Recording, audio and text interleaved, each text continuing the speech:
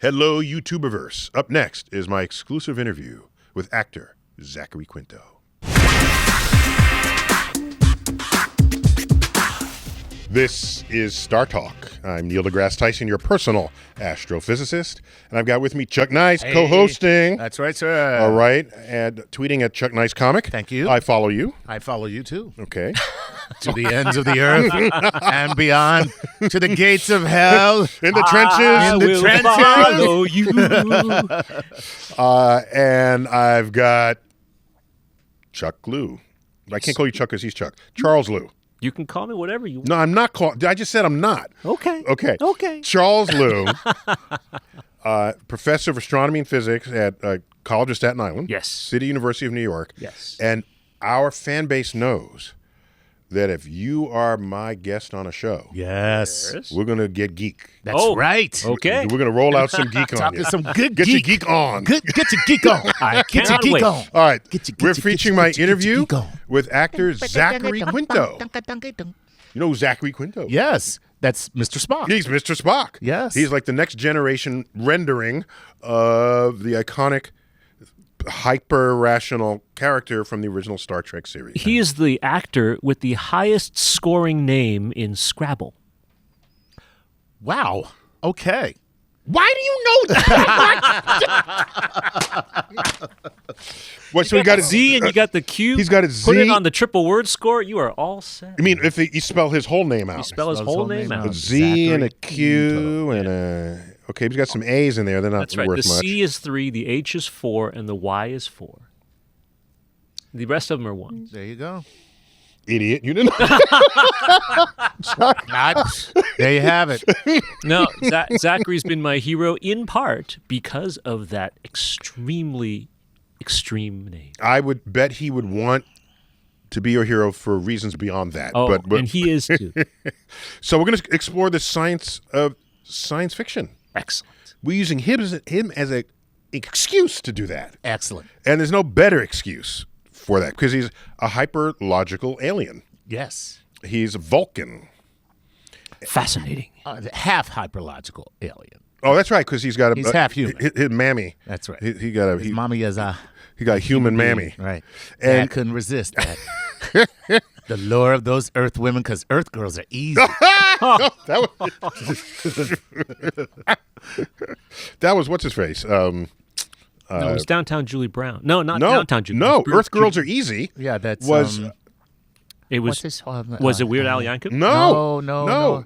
You know, I'm the Fly. I'm the That guy, I'm the Fly. I'm the Fly. Brundle Fly. Jeff- Jeff Goldblum. Jeff Goldblum was in the movie Earth Girls Are Easy. That's right. Right. But the song "Earth Girls Are Easy" Oh, that I performed by someone named Julie Brown, who also did "Trapped in the Body of a White Girl" and "Everybody Run." The Homecoming Queen's Got a Gun. Wow. Nice. I mean, I don't know There's anything nothing- you just said. but he said it with you said it with confidence. such authority. I'm Everybody like, run. You know, Dang. Homecoming Queen's got a gun. No, Oh, I don't know this song. I kind of remember that. From the 80s? I did it for Johnny. Is it from the 80s? It's from the 80s. Yeah, okay. No, got me, All right, man. all right, all It right. sounds like Johnny? George of the Jungle. Who's Johnny? but- Are you Johnny? Yeah. So he's got, as all good actors do, they have an acting pedigree Yes. that extends back. He's trained in classical theater. Excellent. And I asked him about the transition from these formal background into science fiction in both film and television. So let's check it out. I mean, there is something inherently theatrical about science fiction, which I find interesting. You know, the world of Star Trek, I think, is Shakespearean in a way, if you really break it down. And the canon of stories and the lineage that overlaps itself, I think, is really theatrical. And so much is happening on television now that the landscape is entirely different than it was even 5 years ago. It's amazing we can all agree it's a golden age of television. Yeah, and the challenge now, I think, is really, grabbing people's attention and then holding people's attention. Because as there are more and more... What are you talking about? as there are more and more platforms, it's just like that. How do we get people and direct them in the right way? It's interesting. It's an interesting double-edged sword in a way. So, Charles, explain what he means by Star Trek being Shakespearean, because I followed a little bit, but I think you would have a deeper insight. How is Star Trek like Shakespeare? Let me count the ways. Oh, the world's a stage. And all the men and women Let me merely just- players. Well done. Well done. Look, let me just quote Christopher Plummer in Star Trek VI, The Undiscovered Country, playing General Chang the Klingon.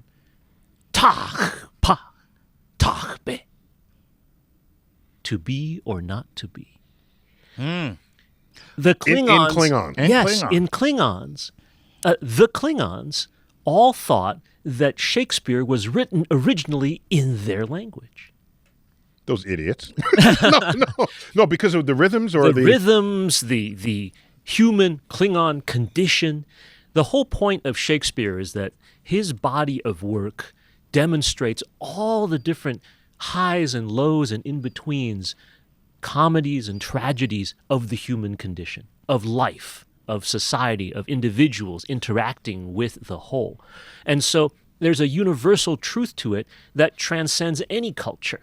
If it's properly translated, Klingons, Romulans, humans. And for the first time, you've used the phrase universal truth in a literal meaning. Yes. Most people, when they say universe, they're talking about Earth. Yeah, they're talking like about, Miss Universe, it's just Miss Earth. Our turn. Right. Right? You know, we didn't compare it with Miss Mars. Right. No, that ain't how that Exactly. happened. Yeah, So Miss Right. Alpha Centauri wasn't here. Shakespeare appears over and over again throughout Star Trek on purpose and sort of accidentally, just as it does on just about every other major science fiction, space opera type. But wait a lens. minute. Shakespeare wrote about practically everything. Yes. In many different ways.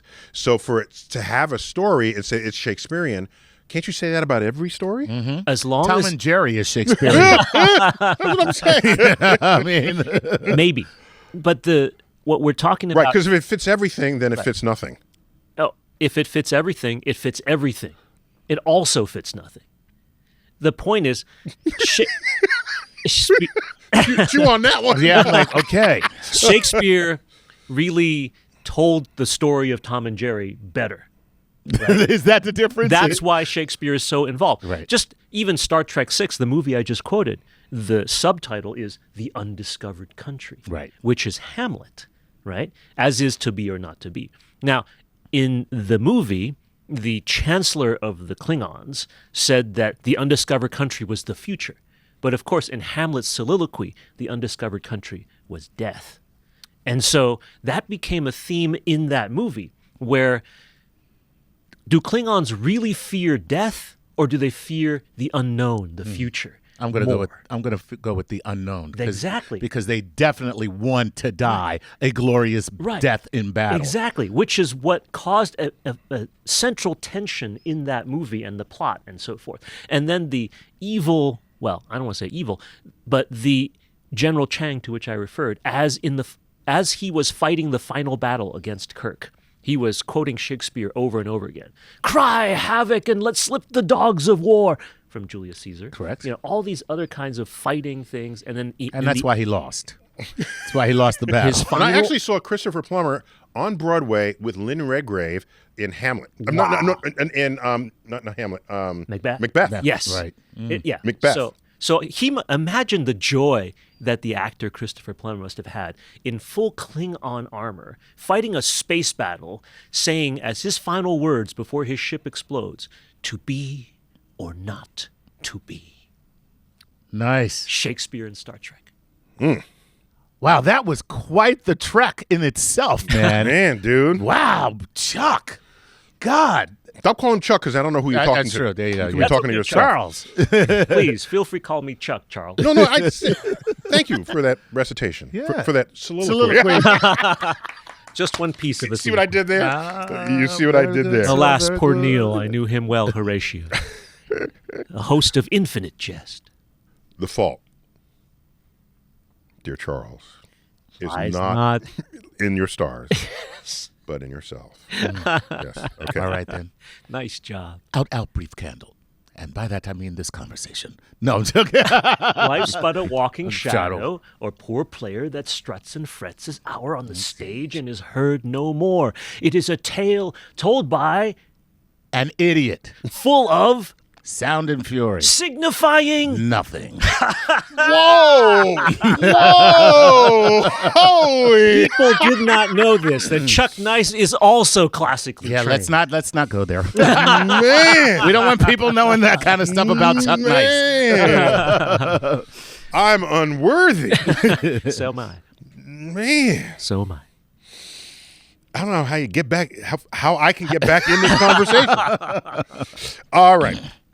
So before Zachary Quinto was Spock, he was Sylar. Yes, on Heroes. On the supervillain in ABC's hit sci-fi series, Heroes. Yes. That's the one that no one understood, correct? Oh, it was great for It the was- first first season. Then it season jumped was- the yeah. shark. Oh, really? Jump the Yeah, shark? yeah. That early? You're not supposed to jump the shark Well, that they early. kept like Changing everything. making. Well, let's see what he says about it. Yeah. Okay. Zachary Quinto on Heroes. Check it out. You had the power to take people's powers. Yeah, right. Yeah, I stole. badass. I stole people's powers. That's I was bad. sort of omnipowerful, That's bad. but I had to murder them viciously in order to get those powers. Ooh, okay. So there was that little caveat. But remind me, did you have a Base Achilles power? heel? No. Oh, an Achilles heel? Yeah. Interestingly, I did have an still Achilles remember. heel, but they kept changing it. Like I was invincible unless they killed me in this one way, and then as the show went on and they wanted to keep the character around, they kept changing it. So Okay. part of the deflation of the role, and I think ultimately the series, was they had to keep changing their own rules, and so audiences felt a little bit like they didn't know what to invest in. And that's the nature of having to keep a successful show going for so long, So that show went 4 seasons. So it's like 100 episodes of just trying to sustain these characters, many of whom probably should have died last season in order to keep the story going. But it was also a different the era. Other characters should needed to die. My character should have too, I think. It was a trap of the success of that show. And I must confess, my original urge to watch it was because the O in Heroes was a total solar eclipse. Eclipse. I get it. Yeah, that was was the only reason why I first watched the show. So, Charles, why is it important to not break rules when you're storytelling? Any narrative has to be within a context, at least the literary. What do you mean it has to be? If you Just because they have been doesn't mean it has to be. You can do postmodern literature where the rules keep getting broken all the time, but then you know that the rule is that the rules are meant to be broken. Yeah. When you're telling a narrative, an epic, an opera, a story, or something like that, if you are invested in a character or a storyline and then it no longer has significance, that's not cool. Like if you love a character and the character dies, has significance. But then if you find out that any character can be risen from the dead merely by giving an injection of somebody's blood, Then death then means nothing. death means nothing. And then what you cared about isn't important anymore. If you knew at the very beginning of the story that anyone who dies can come back to life, fine. But if you find that out in season 2, So what you're saying is That's not they're kind of making this stuff up Yeah, as they they were. go along. I don't think they expected it to go past one season. That's but, really what but happened. it was a great story in part because of great actors like Zachary. He played this watchmaker. Okay, Sylar wasn't even his real name. Sylar was the name of a watch that he was working on when his power manifested. And he was really what you could call, Hannah Arendt's idea of the banality of evil. Somebody who you wouldn't think is like vicious and likely to kill anybody, but just presented with a circumstance. He was a watchmaker. He cared about details. And then all of a sudden he opened up somebody's brain and figured out that person's superpower. And then went on and on and on until it became this addiction where he Slipped needed down that everything. slope. Because he was a psychopath. That's really the There's deal. a word for that. Yeah. That's right. And one of the things that was borne out in the show was he a psychopath and then this power showed up, or did he become a psychopath because of his powers? There was an alternate. Interesting. There That was is an always alternate duality. Yes, exactly.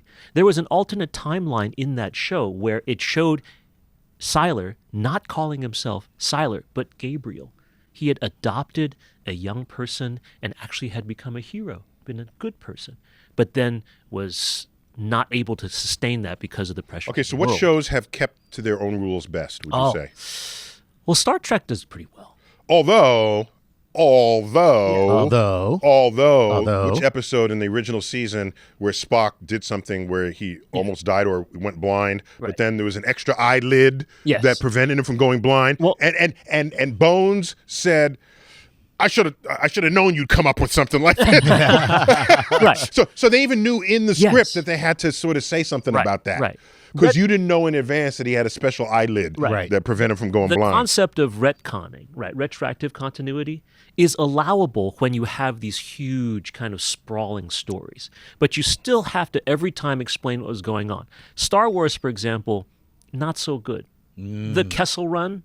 Don't 12 get me parts- started on the Kessel Run. Yeah, no, I know. No, I know. skip We're that. on the same page. Because I will I blow know. a gasket. I know, Okay. I know. And then they had to retro. Just to be clear, for people to know, when he says the Millennium Falcon did the Kessel Run in under 12 parsecs, Right. that's like saying, if I say, Chuck, how much do you weigh? And you say, I weigh $3.50. How fast are you driving the car? 72 degrees Fahrenheit. These are different units. now It's complete idiocy. Yes. Okay. But in the movie Solo, No, they don't. They doubled down on it. I don't want to hear they about doubled down by retconning the whole process. it. They retroactively. And that messed up a lot of people. It makes people unhappy. Yeah, like me. Right. And that's why you can't go back and mess the things too much. So he went from supervillain to, I don't want to call him superhero, but super alien Spock. Yes. In the Star Trek, the reboot of the Star Trek films. Yes. So let's just get a snippet of him reflecting on becoming Spock. Check it out. It's one of the most recognizable characters in the world. I mean, up there with Mickey Mouse and Jesus. I mean, it's in terms of like the iconography of Spock and the visual familiarity that people have with that character and his ears and his gestures and all of that. So I guess there was that kind of floating around me. And I didn't allow myself to get swept away in any of the things that are attached to that role. Why? Because it would have... To protect yourself? Yeah, I mean, I couldn't have done my job, I think, if I had allowed myself to go with the magnitude of who that character is and what he represents to so many people for so long. I just had to focus on what was right in front of me. Leonard was involved at that time, and I got to... I mean, Leonard and I became incredibly close through that process. So it was a creative and professional gift, but also a tremendous personal gift to become so close with Leonard as well. Who we talking? Leonard who? Leonard Nimoy. Leonard Nimoy. So the original actor portraying Spock was his mentor. It sounded like in this bit. So can you, Charles, explain why Spock was such an iconic character? Well, first of all, Spock as a character was the first alien that really had a prominent role in any television or movie show that lasted and showed that it had characterization. So he was fascinating because he was other and yet similar to us. But more important, in my opinion, it was the brilliant acting of Leonard Nimoy that made Spock so iconic. Fascinating. He reacted to the Continue. script and the ideas that made it happen. There are television critics, historians, for example, who will talk about Kirk, played by William Shatner, becoming increasingly emotional, increasingly melodramatic as the series went on. Yeah. And what Spock, Leonard Nimoy, did was simply become that foil, become even more less emotional, even more detached, even more logical. And Thus then they canceled the show.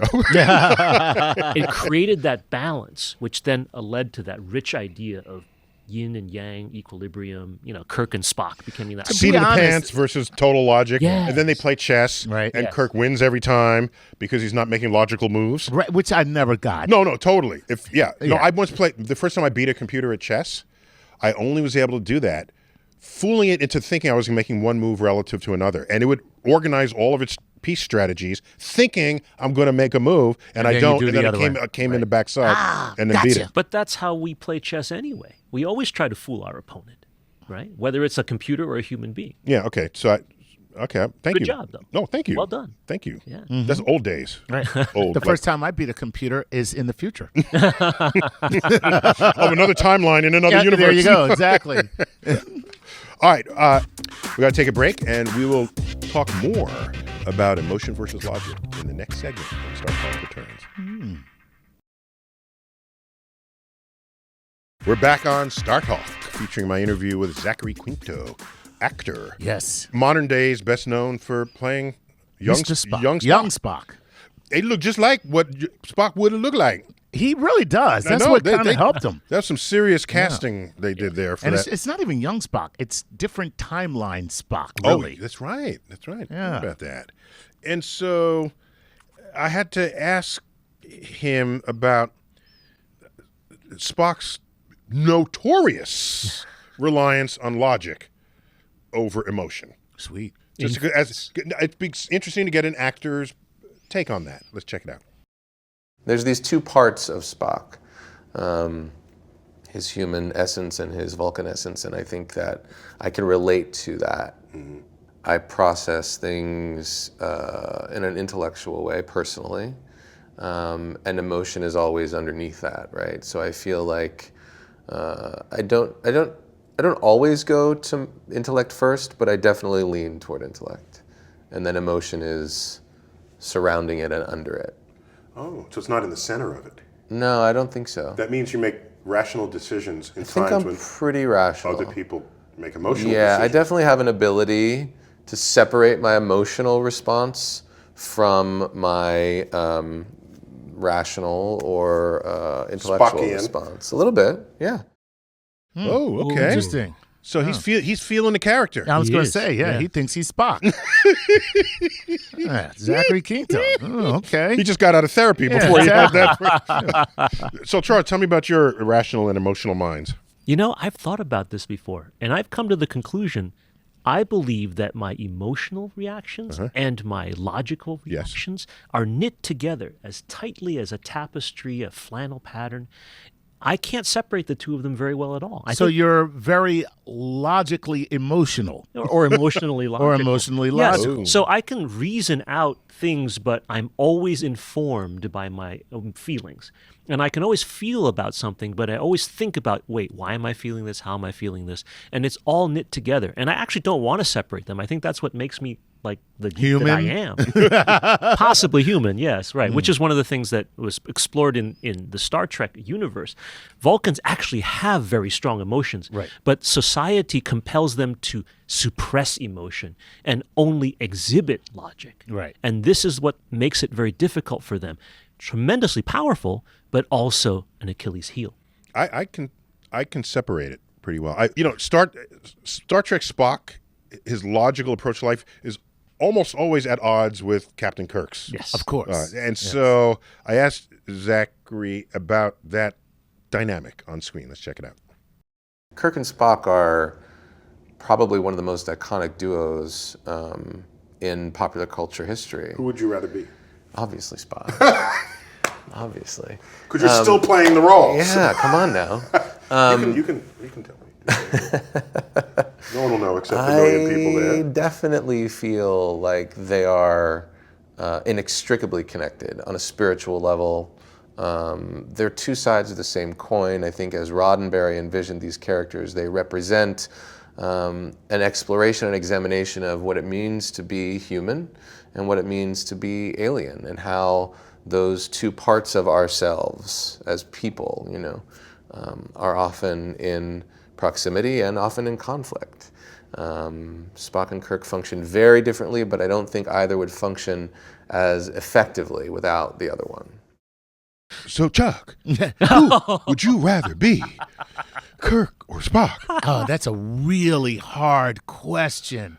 And here's why. Mr. Spock, so logical, so methodical, so meticulous, and so knowledgeable. Mm-hmm. I mean, the Vulcan brain is like, he is a human computer, able to calculate. Are you out of your Vulcan mind? One of the lines from the I movie. love it. But so for all those reasons, I want to be Spock. However, Kirk, I want to sleep with a green woman, man. That's all right. I'm just not going to lie. Yeah. So Spock's not getting any intergalactic. Spock does not, except for like once every 10 years, he has to go Kali Fi, Kali Fa, or some old crap where he goes in the heat. He goes in the Vulcan heat, and then he still doesn't get any. It's like no. They touch fingertips, remember? Yes. Okay, so it's going to be. Yeah, Kirk. I'm going with Kirk. I'm going with Kirk. So Get your green butt. So Charles, in the this bed. thing about yin and yang, Yes. and comment on that. Well, obviously, life is an equilibrium. You and I, we are all here and doing what we're doing today because there's a balance between the energy that's going through our bodies, coming out of them, and whatever is being put into them, like food or metabolism and so on and so forth. Also, there are 3 evil versions of ourselves in another universe.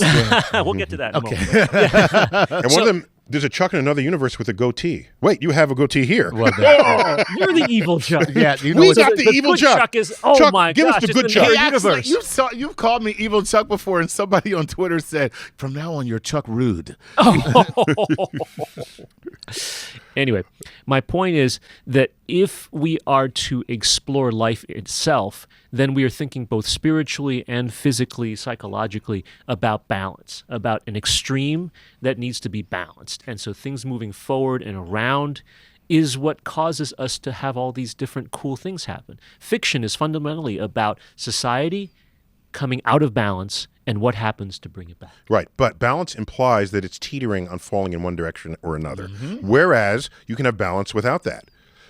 A marble on a flat surface is balanced. Right. All right, but you wouldn't say there's a yin and yang operating on Yeah, it. because that's a metastability, right? Although we call that as physicists. You know that. So imagine instead the marble in a dip, in a valley. And then once in a while something pushes the marble up the hill. Okay, and a force, there's a restoring force. It's a restoring force that brings it back down into the equilibrium point down below. When you have something that's metastable, like a table, and you're rolling the marble, it keeps going and then it falls off the table. That's not life. That becomes something more extreme, which can be studied, but it's not That would be the end of life. The One end of example. life. Right. Interesting. Okay, That was a little philosophical. I liked it. Yeah, I still liked it. No, I would quibble with something you said. Oh, dear. Okay, life, by its very nature, are centers of highly disequilibrium phenomenon. I see what you're saying. Yes, because we are examples of the local thermodynamic equilibrium being violated. Violated, correct. Because we are forced to... Your body temperature is 98 degrees, Yes, and the it's room 72 is degrees. right, right, You are right. out of freaking equilibrium, Yeah, dude. But I am out of equilibrium with my surroundings. Yes. Within myself, I have to be 98.6 plus or minus a degree or two at all times, or I stop living. So, Okay. So that therapy told me within myself, I am at peace I'm with glad it's myself, doing something. even though I'm a disequilibrium with the rest of the universe. Right. Another disequilibrium part is we inhale oxygen. It oxygenates the iron. The iron then goes through and it deposits the oxygen in our muscles and comes back without oxygen. Yes. So in our same body, we have reduced and oxygenated iron living in the same vessel. And in nature, you don't see that. Either all the iron is oxidized or all the iron is not but oxidized. that's because of an equilibrium process Because we're not in equilibrium. That's all I'm saying. that we are able to maintain that. That's all I'm saying. Very cool. That's all I'm saying. Well said. Okay. Well, so when I can't believe we just got there from freaking Spock. okay, right. That was amazing. So when the original Star Trek franchise was Yes. rebooted, what was it, 2009? They kept all the characters. Yes. Okay, and got actors to look like the characters, Which was great. and they sent them in a different direction. Yes. They did. Let's figure out how that went down with Zachary. They created an alternate timeline in our first film in 2009. Was that just to because that they backed into that? I think it was to open up the narrative possibilities of our universe, to set us apart from the original series. It's very producer of you. It's very producer Open of the me, narrative very producer possibilities. of them. There was definitely You're an actor, Jim, not a producer. Give me an actor answer. There's a bit of backlash, I will say, Yeah, from the of fans, but I feel like it really reset the clock, so to speak, and it gave us a new point of departure and a new springboard into a whole other landscape of stories. Part of the joy of Star Trek is the infinite possibilities of storytelling, you know.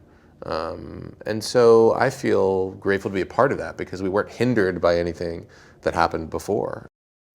So, Charles, what's the difference between an alternative universe and an alternative timeline? Just semantics. Yeah, that's what I thought. Usually when you think of alternate timelines, they kind of converge back. So you can have something separate, but then it returns. But really, it could be an alternate universe that goes off in its own direction, whatever, if that makes sense. So, for example, Not really, but okay. the mirror universe, for example, is an alternate timeline, right? Where you have people that can interact with our timeline and they come back and forth. Alternate universe is something that's so different that there's no interaction. Sometimes that's... Yeah, but if you're splitting into that means you had access to it. Well, there's the many worlds hypothesis of quantum mechanics, which suggests that you can split into that and then no longer have the possibility to interact. So do you think there are other versions of us in another timeline? Well, if we think that the many worlds hypothesis of quantum mechanics works, then there are an infinite number, or nearly infinite number, of each of us in a completely different timeline. So there's an evil Charles Liu. And there's a great Charles Liu. Which one did we get? Which one do you want? Someone in the middle. Jack. That's cool. That's very Rick and Morty. I know. When we come back, third and final segment of my interview with Zachary Quinto on StarTalk. We're back on StarTalk, featuring my interview with Zachary Quinto, the actor who portrays Star Trek. So, the entire series, as active acted by Zachary Quinto. by Spock on Star Trek. Yes. And, I had to ask him about sort of storytelling, right? Sure.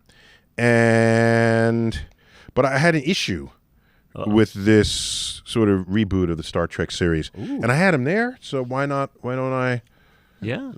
Why not give him a smackdown? get up in his face? Let's see what went down. One of my regrets was the original Star Trek, most of the time, 2/3 of the time, they were morality tales. Mm-hmm. And I didn't see that as a mission, as a storytelling mission, carried forward. Oh, in our films. Yeah, just it's more sort of a big screen action entertainment. Interesting.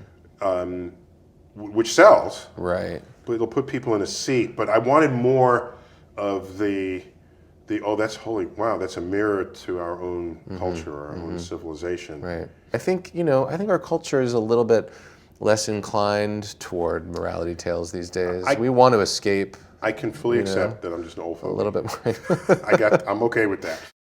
That was pretty great. You threw him a little bit, think man. I did. You did. He was a little offended. If you listen to that, he was like, oh.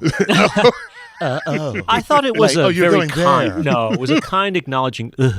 But the point was, Neil, where you are is you're comparing a TV show with dozens of episodes, right? The ability to take many bites at the apple, and feature films which get one shot at entertaining and putting people in the seats. So you said 2/3 of the show where morality plays. That means 1/3 of them was pure escapism. Yeah, pretty right? much, yeah. So you didn't give the feature film enough credit. He sounded like He sounded like Zachary. Like no. He sounded like he's actually informed Zachary on his answer. Well, no, Zachary's answer was right. We these days may want more escapism in our entertainment than morality plays. But in Roddenberry's day, in the 60s, if you watch shows like Bonanza or Wagon Train, they were all one after another, one morality play after another, 2/3 of the time. And then 1/3 of the time was just escapism with guns firing and horses running. So what should be the balance? Depends on the medium you're working with. With a feature film, it I might gotta go with I think guess this is- Roddenberry would have figured out a way to take the morality play and put it in the modern day Star Trek feature film. It's possible. I'm not sure. And not to be heavy-handed, but I mean, like, for instance, what's his name that does the blue people with the tails? James Cameron. James Cameron. Thanks. Blue people. The guy who got those Corona blue people with Borealis the messed tails. up. With the USB ponytail. With USB ponytails. that they Plugs could into everything. plug in Yeah. Avatar, yes. Yeah, Avatar. But if you look at that, there are several overarching morality messages that are inculcated in that film. One of which being that we only get one planet, okay, and we should take care of it. Another being like, hey man, imperialism is not all that cool. There's several. I mean, Is it so wrong that I want to have a better world? I don't think he's super heavy-handed with it either, even though some people would say he was. He whacked me over the head with a Well, sledgehammer. that's because you're a smart person, but for somebody who's not For like really- regular people? I do not ascribe to that distinction between quote regular consumers and quote. Here's my point. intellectual See, consumers. that's the problem. No, I'm sorry. I got to push back on this. See, you're the problem. You're the reason why we're in the mess that we're in as this country, because we don't believe that there are stupid people. There's stupid people, damn it. What? There are stupid people. That's why Charles Liu is to blame for that, because he doesn't recognize Yes, exactly. that everyone else It's is all the stupider pe- than he is. Yes, it's his fault. It's the smart people like Chuck Liu who will not acknowledge that there are a bunch of dumbasses out there that makes it very difficult for us to progress as a nation. I think we'll just have to agree to disagree. Okay. Oh, so here's my pushback. You push back, I'm going to push back too. And the pushback is, I think if you're creative enough, you can fold a dose, you can apply a dose of morality tale in your escapism and end up accomplishing both. Or if you do two of them, you get doses of morality tale. Chuck, he needs more lessons from you. Bring him to your... Yes, the best movies can do that. Can do that. But those are not common.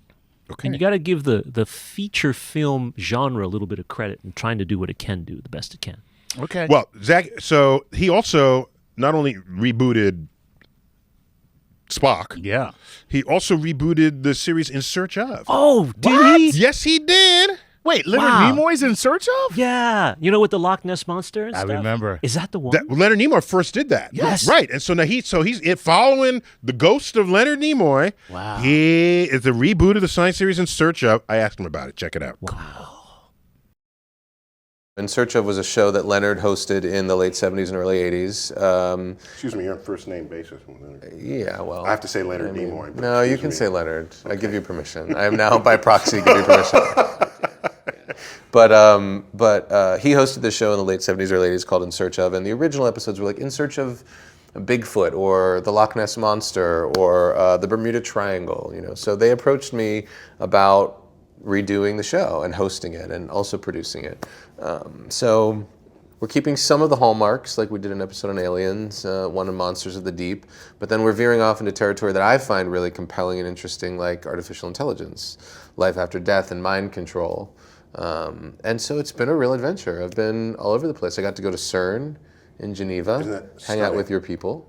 It's the biggest machine ever built. Ever built by man on the Yes. planet. I mean, it's amazing. And to be in the presence of it and to know that they had to build something so gargantuan to look at things that are so infinitesimally small, I found that paradox very humbling. And talking to them was really interesting. And got to go to the Green Bank Observatory in West Virginia. And my people. they are your people, man. So we've had a good time. And we got good people. you My have people are great good people yeah. and really inspiring, because, you know, the thing that I've found with the show, and I know you can relate to this, is the idea of people who are devoting the entirety of their vocational lives to the exploration and discovery of things that they may never arrive at themselves. And yet, the magnitude of it in service of humanity in generations to come is what motivates them and drives them. And there's something so moving about it, actually. And to meet these people who've been working at the Green Bank Observatory for 30 years and know that they probably will never find the thing they're looking for. So he got into what my people do. Yes. Yeah, it's the quest. You have to, at some level, learn to love the questions themselves. Yes. Right. Learn to embrace the search, because it's the search that is the task. The discovery is what the press talks about once every 50 experiments that are conducted. A quick thing about the Green Bank Telescope. Yeah.